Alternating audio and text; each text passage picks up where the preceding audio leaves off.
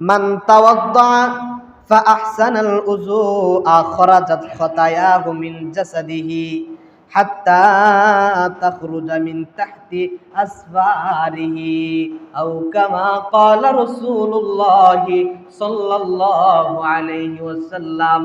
আল্লাহর রাসূল হাবিবে কিবরিয়া নবী বলে, কেউ যদি সুন্দরভাবে ওযু করে, সুন্দর কইরা ওযু করে, তিনবার কইরা হাত ধৌত করছে, কুলি করছে, নাকে পানি দিছে, সুন্নত অনুযায়ী আল্লাহ তাআলার বান্দা ওযু বানায়। ওযু বানাইলে তার ফজিলত হলো ওযুর পানির শেষ ফোঁটার সাথে গুনাহগুলা জয়রা জয়রা জমিনে পড়তে থাকে। চেহারা ধুইছে, চেহারার থেকে গুনাহগুলা জমিনে পড়ে। হাত ধুইছে, হাতের নখের গুড়া দিয়া গুনাহগুলা জমিনের মধ্যে। মুহতারাম হাজিরিন, আমাদের আলোচনা চলতেছিল নামাজ সম্পর্কীয় সবিস্তারে আলোচনা। এর ধারাবাহিকতায় গত সপ্তাহে আমরা আলোচনা করেছিলাম নামাজের পূর্ব শর্ত পবিত্রতা হাসিল। পবিত্রতা হাসিলের জন্য আমরা বলতেছিলাম প্রয়োজন হলো পবিত্র মাটি বা পবিত্র পানি। মাটি ও পানির আলোচনা সবিস্তারে আলোচনা গত সপ্তাহে করেছি। এই পবিত্র পানি যদি পাওয়া যায় তাহলে এই পবিত্র পানি দ্বারা নামাজের জন্য পবিত্রতা হাসিল করতে হয়। রাসূল করিম সাল্লাল্লাহু আলাইহি ওয়াসাল্লাম বলেন, লা সলাতা বিগাইরি তুহুরিন, পবিত্র ছাড়া নামাজ পড়া যায় না, নামাজ হয় না। পবিত্রতা হাসিল করতে হয়। অন্য এক হাদিস শরীফে রাসূল করিম সাল্লাল্লাহু আলাইহি ওয়াসাল্লাম বলেন, মিফতাহুল জান্নাতিস সালাহ, নামাজ হলো জান্নাতের চাবি। ওয়া মিফতাহুস সালাতিত তুহুর, রাসূল করিম সাল্লাল্লাহু আলাইহি ওয়াসাল্লাম বলেন, আর নামাজের চাবিকাঠি হচ্ছে তাহারাত, পবিত্রতা হাসিল করা, ওযু করা বা গোসল করা। এই ওযু বা গোসলের দ্বারা মানুষ পবিত্রতা হাসিল করে। নামাজের জন্য যদি গোসলের প্রয়োজন না হয়, সে ভালো করে ওযু করতে হয়। পরিপূর্ণ ওযু যে ব্যক্তি করবে তার ফজিলত, তার মর্যাদা হাদিস শরীফে এবং কোরআনে বর্ণিত হয়েছে। সঠিকভাবে ওযু করতে হলে ফুকাহে কেরাম এই ওযুকে এবং গোসলকে পার্ট বাই পার্ট ওযুকে বিভক্ত করেছেন প্রকারভেদে। কোরআনে কারীমের মধ্যে ওযুর ফরজ বর্ণনা করছেন। ওযুর 4 ফরজ।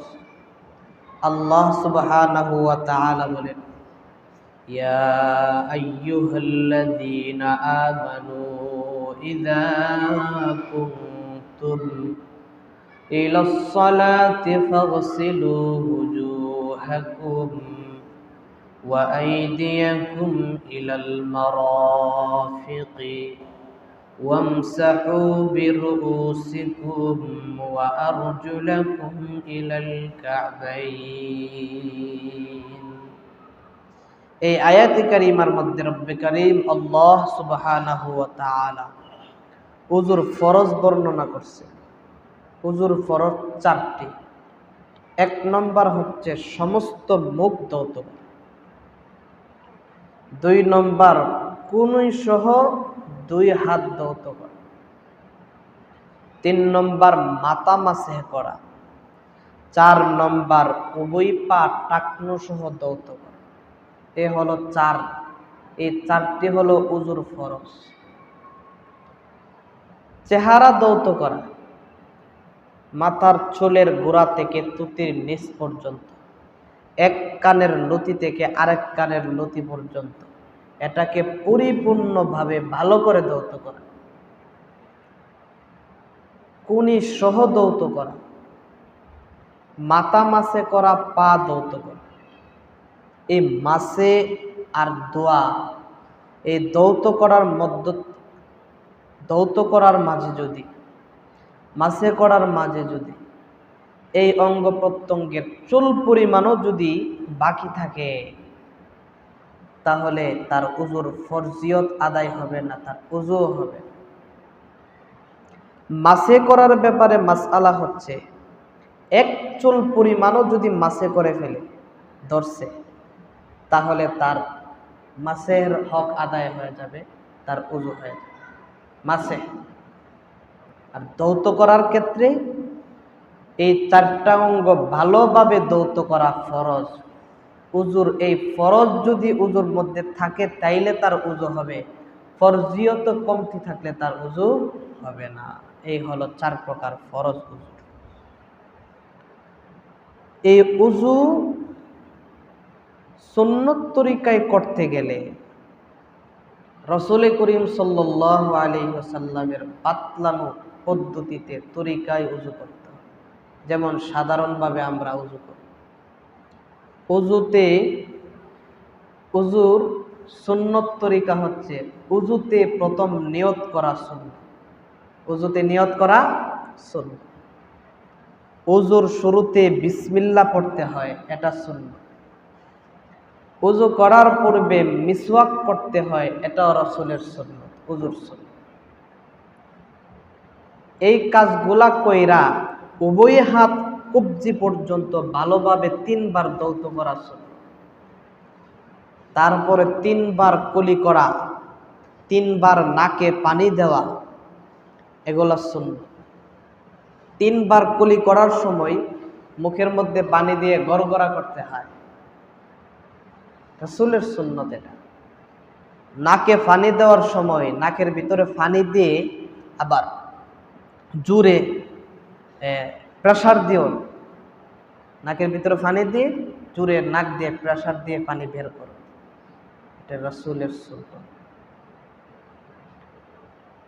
কুলি করে নাকে পানি দিয়ে সমস্ত মুখকে পরিপূর্ণভাবে 3 বার ধৌত করো, এটা রাসূল করিম সাল্লাল্লাহু আলাইহি ওয়াসাল্লামের সুন্নাত। এই চেহারা ধৌত করতে গেলে দাড়ি, কারো দাড়ি ঘন, কারো দাড়ি পাতলা, ঘন দাড়ি খিলাইল করা সুন্নাত, মুস্তাহাব।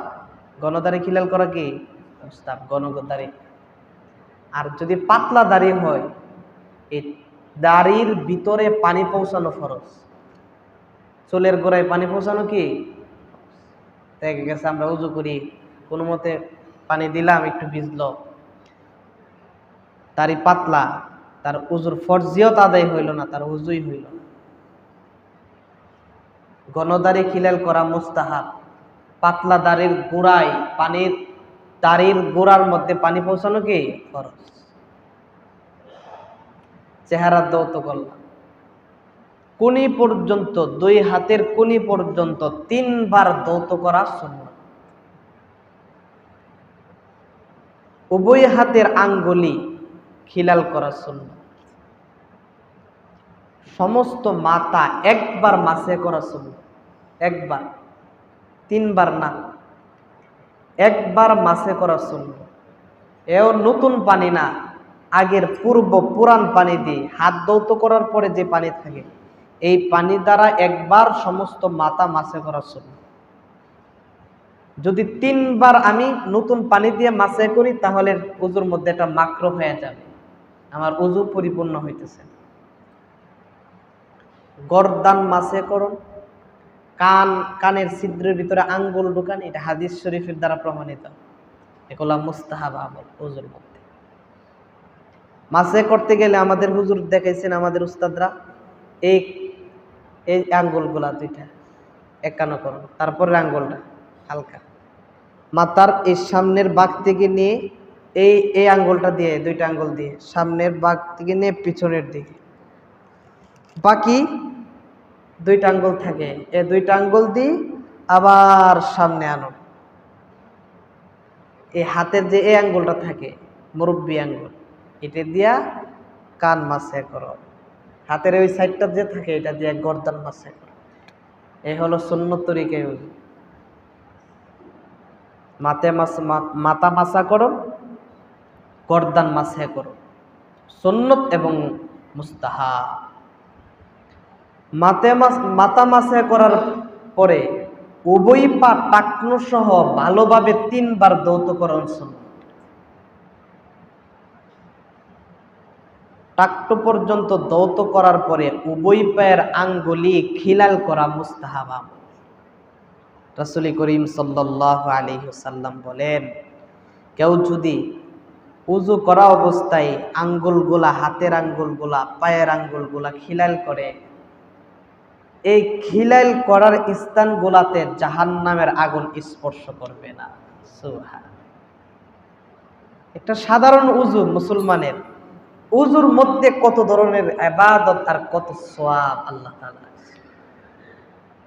রাসূল করিম সাল্লাল্লাহু আলাইহি সাল্লাম বলেন, উযুর শেষের একটা মুস্তাহাব আছে। উযু করছি, উযু করার পরে আকাশের দিকে তাকায়া আশহাদু আল্লা ইলাহা ইল্লাল্লাহু ওয়াহদাহু লা শারীকা লাহু ওয়া আশহাদু আন্না মুহাম্মাদান আবদুহু ওয়া রাসূলুহু, কালিমা শাহাদাত।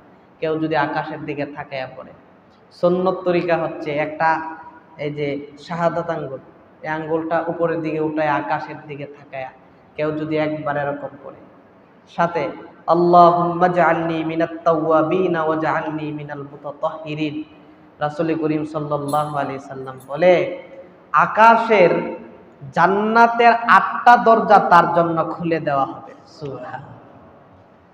ক্বালা রাসূলুল্লাহি সাল্লাল্লাহু আলাইহি ওয়া আলিহি ওয়াসাল্লাম, মা মিনকুম মিন আহাদিন ইয়াতাওয়াজ্জাউ ফালইয়াবলুগু আও ফায়ুসবিগুল উযুআ সুম্মা ইয়াকুলু আশহাদু আল্লা ইলাহা ইল্লাল্লাহ ওয়াহদাহু লা শারীকা লাহু ওয়া আশহাদু আন্না মুহাম্মাদান আবদুহু ওয়া রাসূলুহু ইল্লা ফুতিহাত লাহু আবওয়াবুল জান্নাতিস সামানিয়াতু ইয়াদখুলু মিন আইহা শা।